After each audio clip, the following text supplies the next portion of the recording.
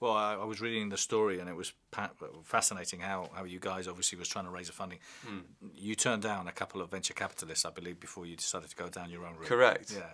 I mean, I guess it's obvious in retrospect, our brand is all about rejecting the status quo. And I mean, our strapline, our motto is do something different. Yeah.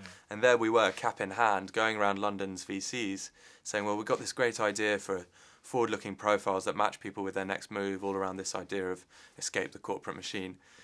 And something just didn't feel right there. I mean, pitching VCs is as hard as I guess you can imagine it would be, and it was not a fun experience, but it taught us a lot.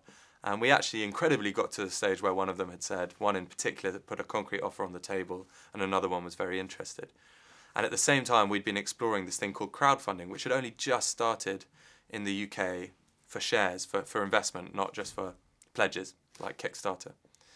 So we had this kind of head and heart decision to make, where we had this established route to finance a business, more or less there, ready to go. Comes with a whole load of strings attached, of course. The terms you sign up to aren't exactly a walk in the park. And then this outlier, basically, could our own community fund this? And what would that mean? What would that look like? But crowdfunding, so Crowdcube are the platform we used, and they'd only closed 5 deals, and they were the only platform in the UK doing it. And there are no other platforms anywhere else, so certainly not in the States because it wasn't legal there yet. So speak to a lawyer and they'd say, you guys are nuts. This thing is complete unknown quantity. And so as our track record would suggest, we thought it through a little bit and then went with the heart and incredibly pulled it off. So we raised 600 grand in about 14, 15 days, hit our target. We were fortunate in that our crowd, in inverted commas, the crowd, came from our member base. So we weren't starting from cold on 0%. We already had 50,000 people who had seen the first 2 years of the journey.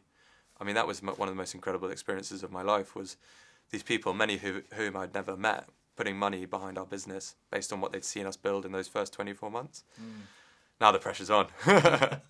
It's good pressure. Good pressure. Good Good pressure. problem to have. Yeah, it's a good problem to have.